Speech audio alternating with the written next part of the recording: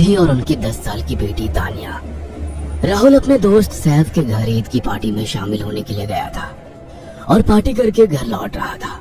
निधि ने मुस्कुराकर ड्राइव करते हुए राहुल से कहा, कुछ भी कहो राहुल, आज तो ईद की पार्टी में मजा आ गया। हाँ, मेरा दोस्त बहुत ही बिंदास और हंसी मजाक करने वाला व्यक्ति है। मैंने देखा उसके घर पर शहर की एक से एक बड़ी हस्ती थी, मगर फिर भी वो उन सबको इग्नोर करके हमें इम्पोर्टेंस दे रहा था। हाँ, देगा क्यों नहीं, आखिर मेरा दोस्त जो है।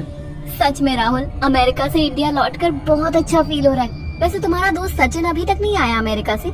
निधि की बात सुनकर राहुल चौंक कर बोला, ओह शिट यार, उसका फोन आया था कि वो इंडिया आ रहा है। उसने बोला था कि मुझे एयरपोर्ट पर पिक कर ले। निधि बहुत नाराज होगा वो। कोई बात नहीं, उससे बोल देना कि तुम्हें बिल्कुल याद नहीं रहा और फिर तुम्हें सैफ की इनवाइट की हुई ईद पार्टी में भी तो शामिल होना था। निधि ने इतना बोला ही था कि उसकी बेटी तानिया ने अपनी माँ की ओर देखकर कहा, मुझे भूख लगी है माँ, और प्यास भी।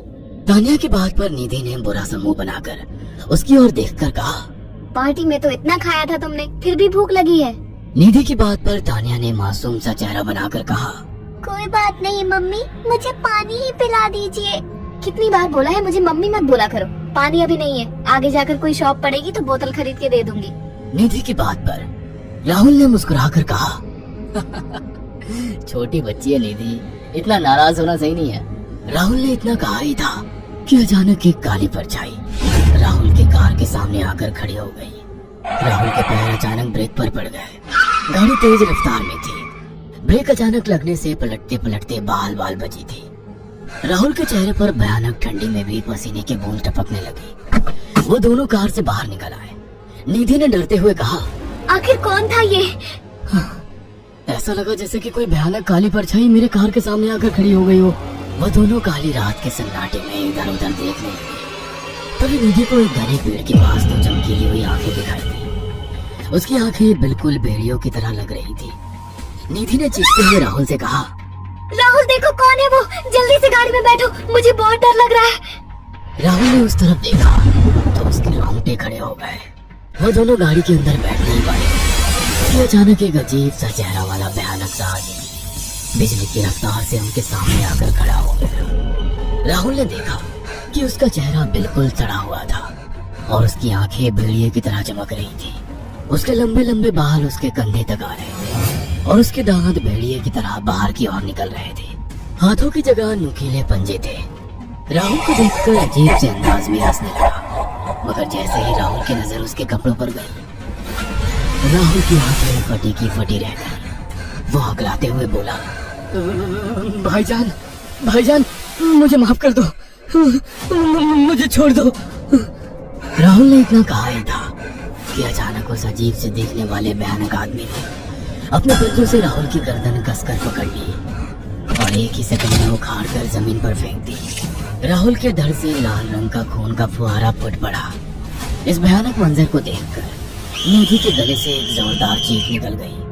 निधि इससे पहले भागती कि अचानक उस भयानक देखने वाले आदमी ने निधि को पकड़ लिया और अपने नुकीले पंजे उसके पेट में गड़ा दिए और उसकी हथेलियां बाहर निकाल दी। निधि की एक दिल दहला देने वाली चीख सन्नाटे को चीर गई। अचानक हवा का एक बावंडर उठा और वो भयानक सा दिखने वाला व्यक्ति देखते ही देखते बावंडर के साथ गायब हो गया। तानिया ने डरते डरते निधि के मोबाइल से पुलिस और सैफ को बुला लिया और कुछ ही देर में वहां चारों ओर पुलिस की गाड़ियां थी। पुलिस ने राहुल के दोनों दोस्त सैफ और सचिन को वहीं बुला लिया।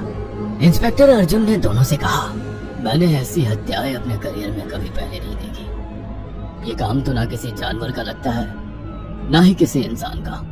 सचिन कपकपाती हुई आवाज में बोला, आप कहना क्या चाहते हैं? कुछ कह नहीं सकता। जिस किसी ने भी इन दोनों को मारा है उससे एक बात तो साबित होती है कि वो इन दोनों से हद से ज्यादा नफरत करता था। अब सारी सच्चाई तो ये बच्ची ही बता सकती है। इतना बोलकर इंस्पेक्टर अर्जुन तानिया के पास चला गया, जो बेहद डरी हुई थी। तानिया ने आंखों देखी सारी घटना इंस्पेक्टर अर्जुन को बता दी।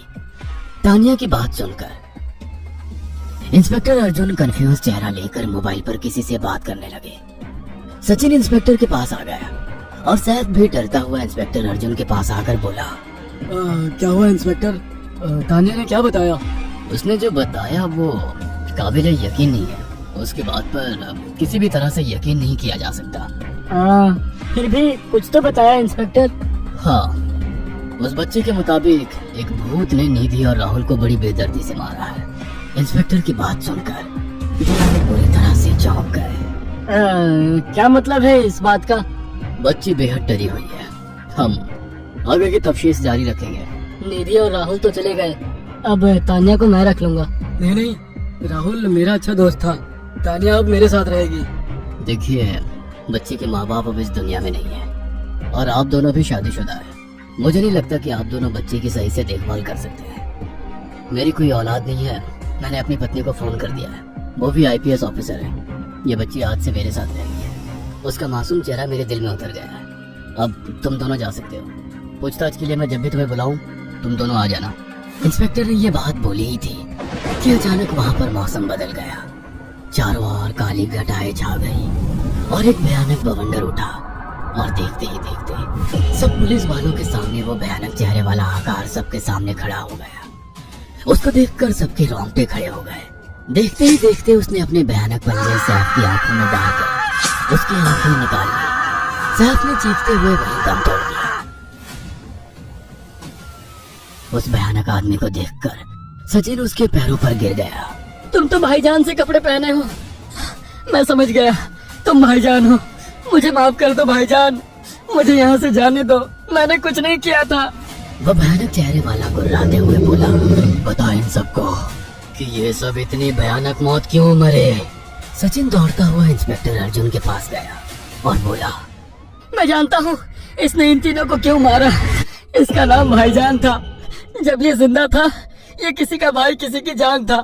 बहुत साल पहले ये हम सबका बहुत अच्छा गहरा दोस्त और बिजनेस पार्टनर था। ये सबकी बहुत मदद किया करता था। इसकी प्यारी सी बेटी थी तानिया, जो इस वक्त कार के अंदर बैठी हुई है, ये इसी की बेटी है। भाईजान अपने सारे पैसों से एक बहुत बड़ा हॉस्पिटल खोलना चाहता था जिससे गरीबों का मुफ्त इलाज किया जा सके, मगर हम तीनों इसके लिए तैयार नहीं थे। हमारी नीयत उसकी दौलत पर खराब थी और एक दिन हम सब धोखे से ईद के दिन भाईजान को यहाँ ले आए और इसे मारकर फेंक दिया। तो फिर तुम सबने इसकी बेटी को क्यों जिंदा छोड़ दिया? हमें बाद में पता लगा कि भाईजान ने सारी जायदाद अपनी बेटी के नाम कर दी है, इसीलिए हमने भाईजान की पत्नी को भी मार दिया। और तानिया का तुम 18 साल की उम्र पूरी करने का इंतजार कर रहे थे ताकि सारी जायदाद अपने नाम करा सको और बाद में उसे भी ठिकाने लगा सको। इसी के लिए तुम दोनों इस मासूम बच्ची को अपने साथ रखने की जिद कर रहे थे। जी, आपने बिल्कुल सही कहा। हम तानिया को भी इसी जगह लाकर मार देते।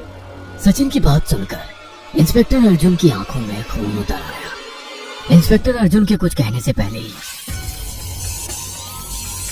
भाईजान बिजली की रफ्तार से इंस्पेक्टर अर्जुन की आंखों के सामने से सचिन को पकड़कर ले गया और उसके शरीर के टुकड़े टुकड़े कर दिए और हवा में उठे एक तेज बवंडर के साथ गायब हो गया। सारी घटना इंस्पेक्टर अर्जुन की आंखों के सामने हुई थी।